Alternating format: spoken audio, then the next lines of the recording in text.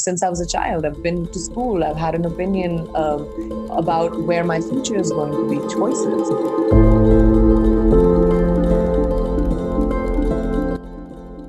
Both of us sort of were like, this is not the right thing. But, when it was inconvenient, we kind of stood back and watched. And that's a very human testament. It's exactly what it did. It was such a human sort of transcript, human behavior.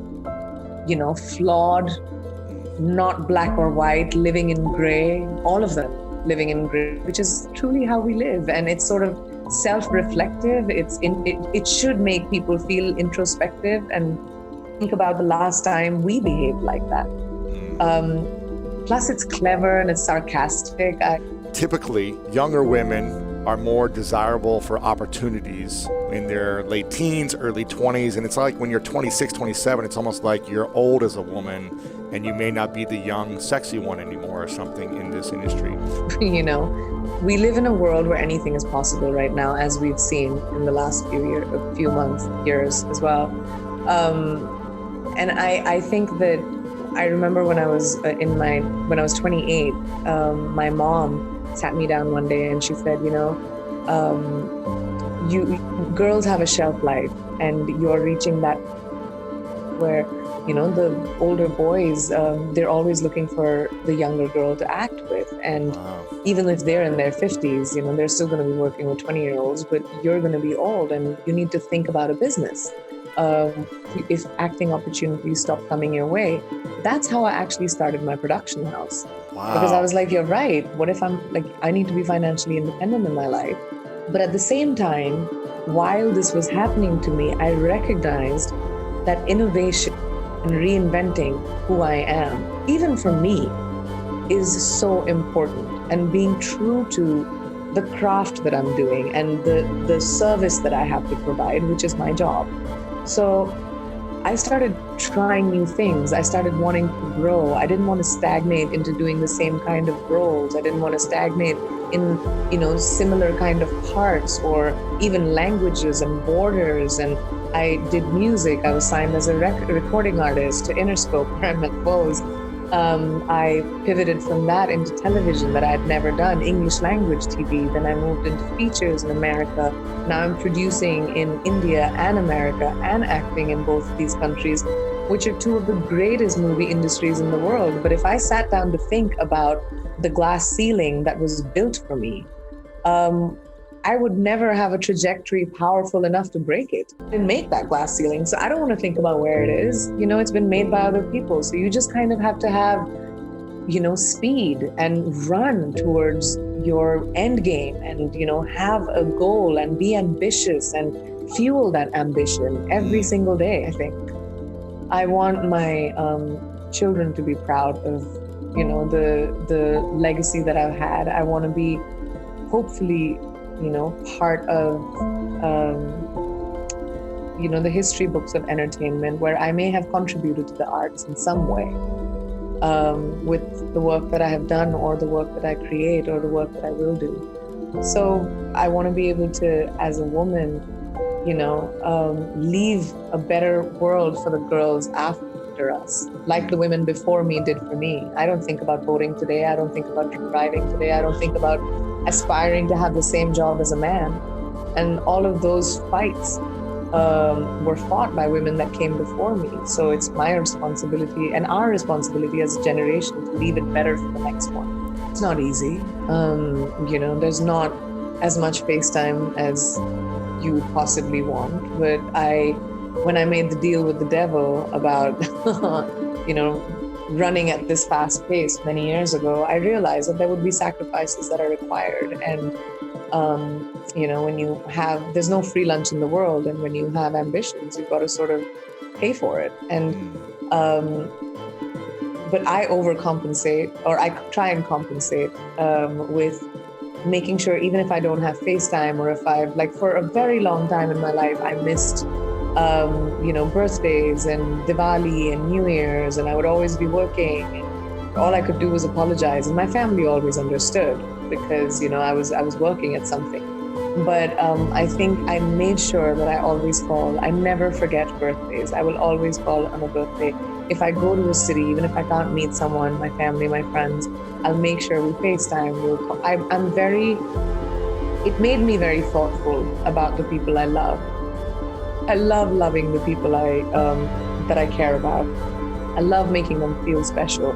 And I love being empathetic. And I think it's very important to leave the baggage of the job behind when you walk into your house and just be true to what you're feeling. I think it's important to choose relationships when you're really busy, because we can all be caught up in life. And, life is like a really fast river. You don't know what the currents are going to be because it's just moving.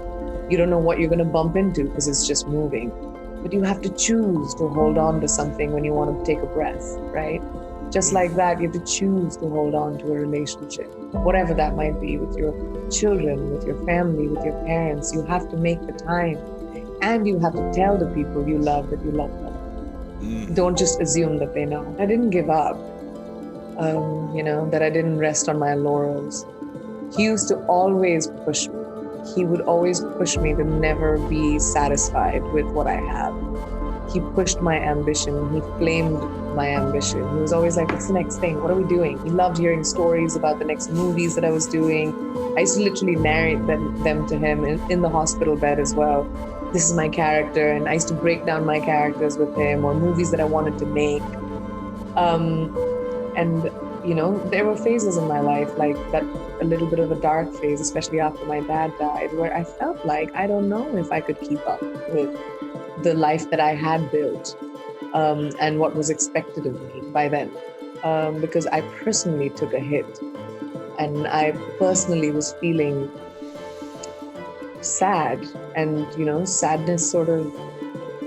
sadness is strangely seductive. It kind of sucks you in, and it's like, it feels comfortable. It feels like you're floating, and it's easy. Light might be harsh a little bit, but the joy that you feel when you choose light, when you choose to let go of the seduction of sadness. I think my dad was afraid that, because I'm very sensitive, that I would have been seduced by sadness for a long time. He was very afraid of that. Even before he died, he used to always talk to me about, don't be sad. Do not be sad. I'm not going away. I'm always with you, But I was tremendously sad. But it takes choosing yourself. And I've done that multiple times in my life. And I think it's such a powerful tool, because the longest relationship you have is with yourself. And it's no one's job. It's no one's job to choose someone else. Your parents will do it for a while, your spouses will do it for a while, maybe your children will do it for a while. But you are no one else's responsibility but your own. Yeah. And what you do with your life and the choices you make dictate the sum of your life. It's such simple math, actually. We are the sum of all our choices. And, if you want to achieve something, if you want to achieve greatness, and I'll give you a small example. The White Tiger, the movie, I was never attached to it. I was never approached for it. I read about it on Twitter, that it was being made. I read in a trade magazine, I read a Deadline actually, that The White Tiger is being adapted by the director Ramin Barani and for Netflix. And I was like, I have to be a part of this movie. I called my agents, I made them call the producers. I chased Ramin from Mumbai to New York to LA. I met him 3 times. I auditioned with him 3 times.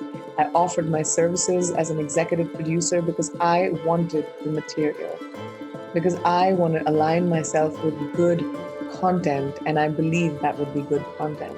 And that's such an example of what's the worst that could have happened. They would have said no, and that's happened to me multiple times. It's not stopped me from trying again. That's choosing yourself. To all the best opportunities, to support, to affection, love, for sure. But, because you're, the reasons for doing the job need to be right.